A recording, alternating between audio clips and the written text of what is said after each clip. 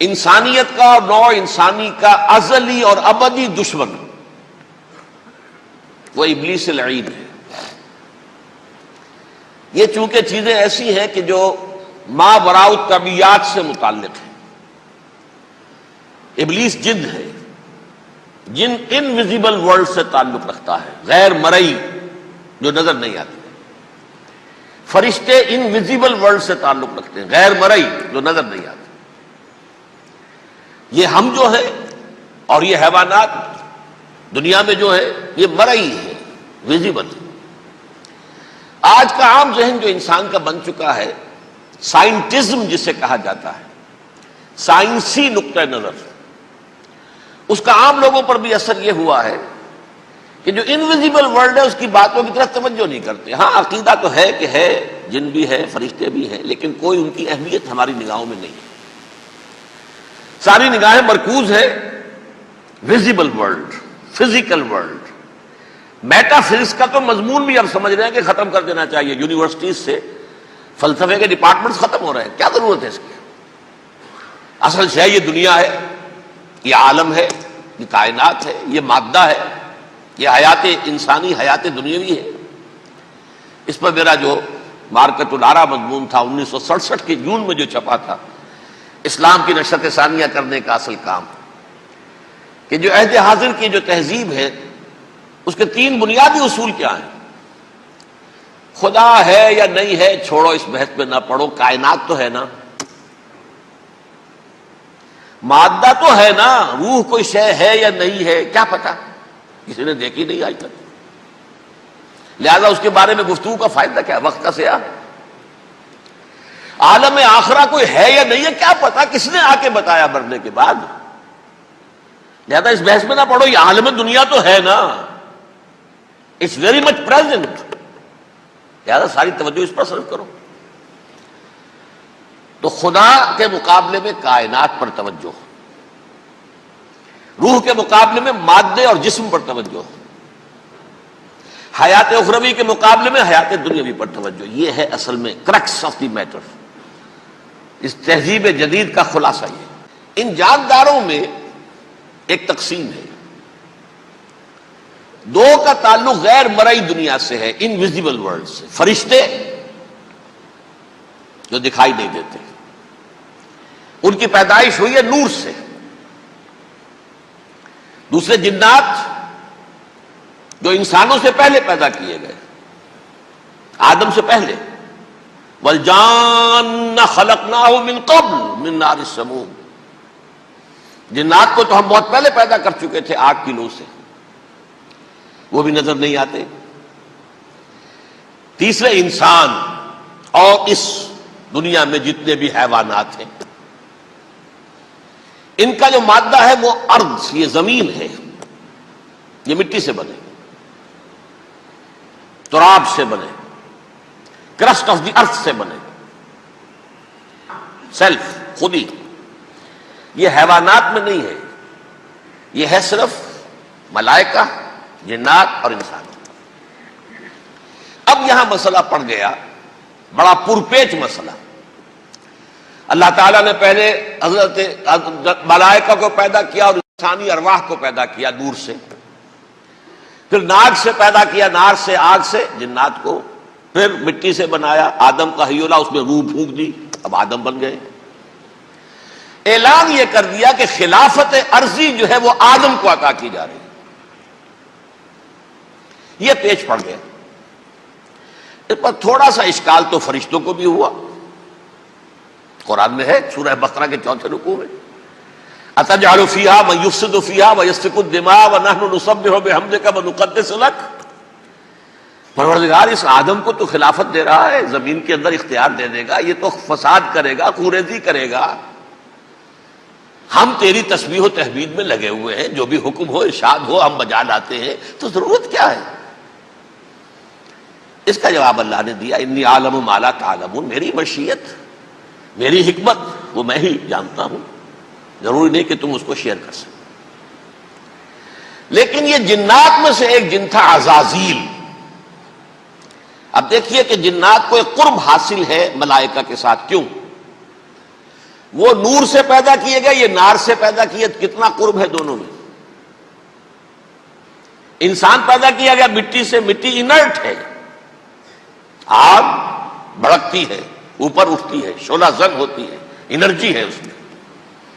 نور اور نار میں بڑا قرب ہے. اور عربی کے ایک قاعدے سے تو یہ ایک ہی لفظ ہے، مادہ ایک ہی ہے، حروف علت جو ہے ایک دوسرے کی جگہ آ جاتی، یہ قرب ہے. اگرچہ زمین و آسمان کا فرق ہے دونوں میں. فرشتہ نور سے پیدا کیا گیا ہے، وہ پاک ہے، وہ اللہ کے کسی حکم کی خلاف ورزی کر ہی نہیں سکتا. لا یعصون اللہ ما امرہم ویفعلون ما یؤمرون. وہ جو بھی اللہ تعالیٰ حکم دیتا ہے اس کی کوئی معصیت یا نافرمانی نہیں کرتے، بلکہ جو حکم لیا جاتا ہے مان لیتے. ذرا سا اشکال ہوا تھا، پوچھ لیا، جواب مل گیا، خاموش ہو گئے بس. لیکن عزازیل نامی ایک جن تھا، جو ایک تو جن ہونے کی نسبت سے فرشتوں سے کچھ نہ کچھ مماثلت تھی، قرب تھا. دوسرے یہ علم میں، زہد میں، عبادت میں اتنا اونچا تھا، اتنا اونچا تھا، اتنا اونچا تھا کہ یہ ملائکہ ہی کے صف میں شامل ہو گیا. اس نے علم بغاوت بلند کر دیا. جب حکم دیا گیا کہ سجدہ کرو آدم کو، فسجد الملائکۃ کلھم اجمعون، سارے کے سارے، کل کے کل، سب نے مل کر سجدہ کیا آدم کو. اللہ کے حکم سے فوراً تعمیل کر دی. الا ابلیس ابا واستکبر وکان من الکافرین. ابلیس نے نہیں کیا، انکار کیا، استکبار کیا، گھمنڈ کیا. اور اس کو سورہ کہف میں بیان کر دیا گیا. یہ اس لیے کہ وہ اصل میں جنات میں سے تھا، اگرچہ شامل تو تھا فرشتوں میں اس وقت. کانا من الجن ففسق عن امر ربہ، وہ اصل میں جنات میں سے تھا، اس وجہ سے وہ اپنے رب کے اس فیصلے کے خلاف کھڑا ہو گیا. سرکشی تھی اس میں.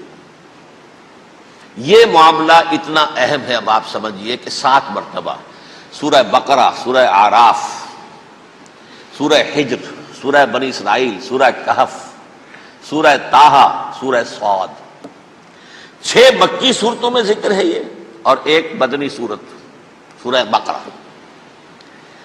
ان میں سے اکثر مقامات پر پھر جب اللہ نے کہا کہ اچھا تم نے یہ سرکشی کی ہے اور ہمارے حکم کی خلاف ورزی کی ہے تو یہاں سے نکل جاؤ، دفع ہو جاؤ، تم مردود ہو، مردود ملعون، ان علیک لعنتی الی یوم الدین، اب تجھ پر لعنت رہے گی میری قیامت کے دن تک.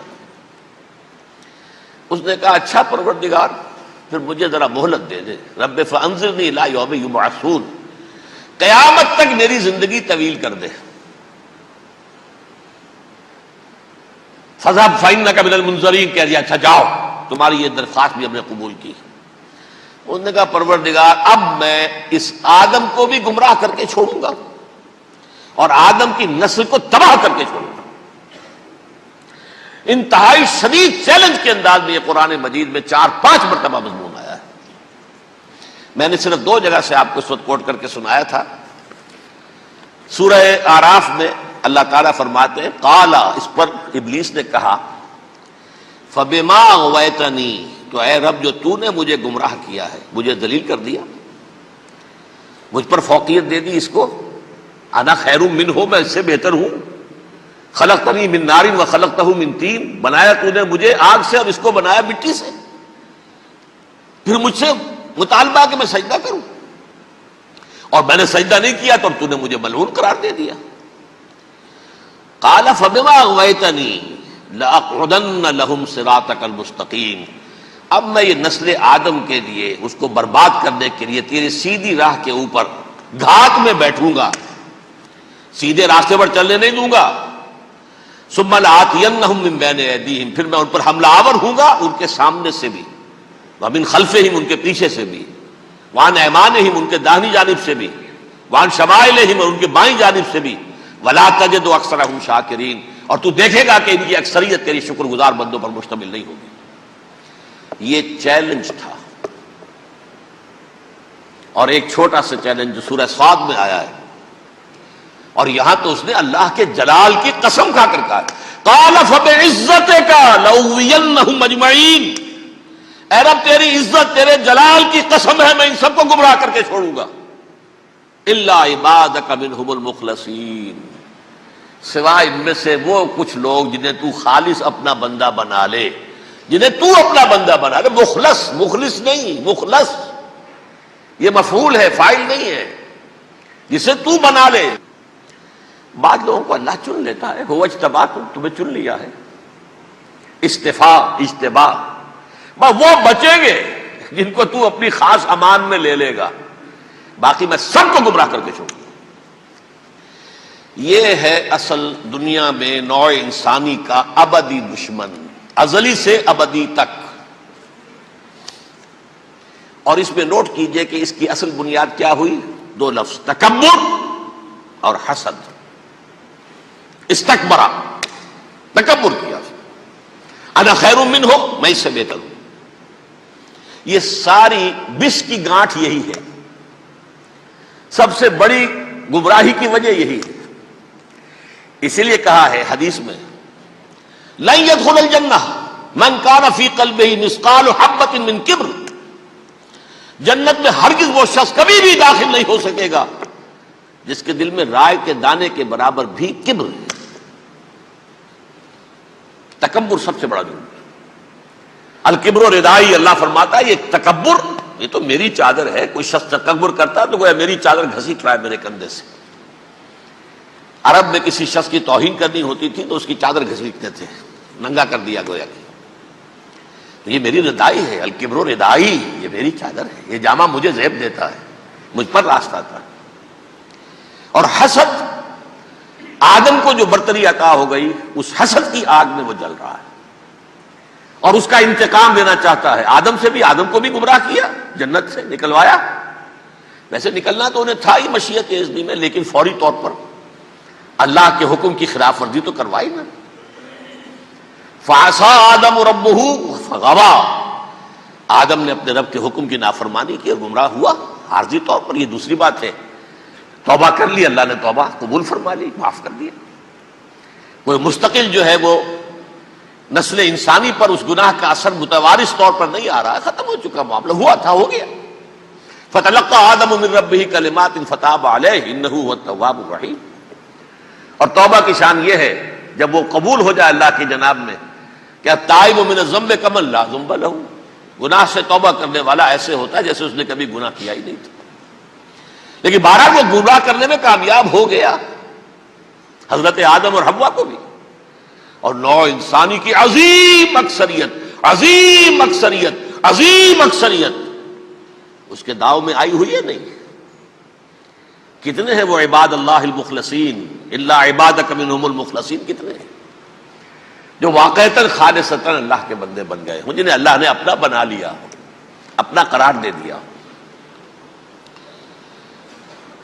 اب اس کے ساتھ نوٹ کیجئے، اس ابلیس کے ساتھ ایک فوج بھی ہے جسے قرآن مجید میں کہا گیا ہے یہ اس کی پارٹی ہے، حزب الشیطان، یہ اکیلا نہیں ہے۔ ایک تو وہ عزازیل ہے، اس کی طویل ترین عمر اللہ نے دے دی، وہ تو قیامت تک رہے گا۔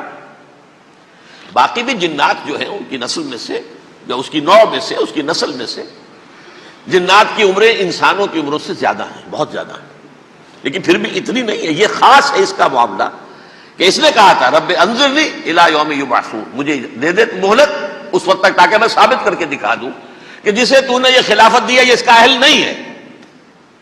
Let me prove this point ولا تجد اکثرهم شاکرین، تو ان کی اکثریت کو شکر گزار نہیں پائے گا۔ وہ ابلیس جو ہے وہ ریکروٹ کرتا ہے اپنے فوجی، اول تو خود جنات میں سے جو اس کے نمبر 1 لشکری ہے۔ قرآن مجید میں اس کا اشارہ دیا گیا ہے، انہو یراکم ہوا وقبیلہ من حیث لا ترونہم۔ دیکھو لوگو، اے انسانوں، وہ ابلیس لعین عزازیل اور جو اس کی قبیلے کے لوگ ہیں، جنات ہیں، وہ تمہیں وہاں سے دیکھتے ہیں اور تاکتے ہیں اور حملہ کرتے ہیں جہاں سے تم انہیں نہیں دیکھتے۔ وہ غیر مرئی ہیں، انویزیبل ہیں، تمہیں نظر نہیں آتے۔ ویزیبل دشمن کا وار تو روک لو گے، انویزیبل کا کیسے روکو گے؟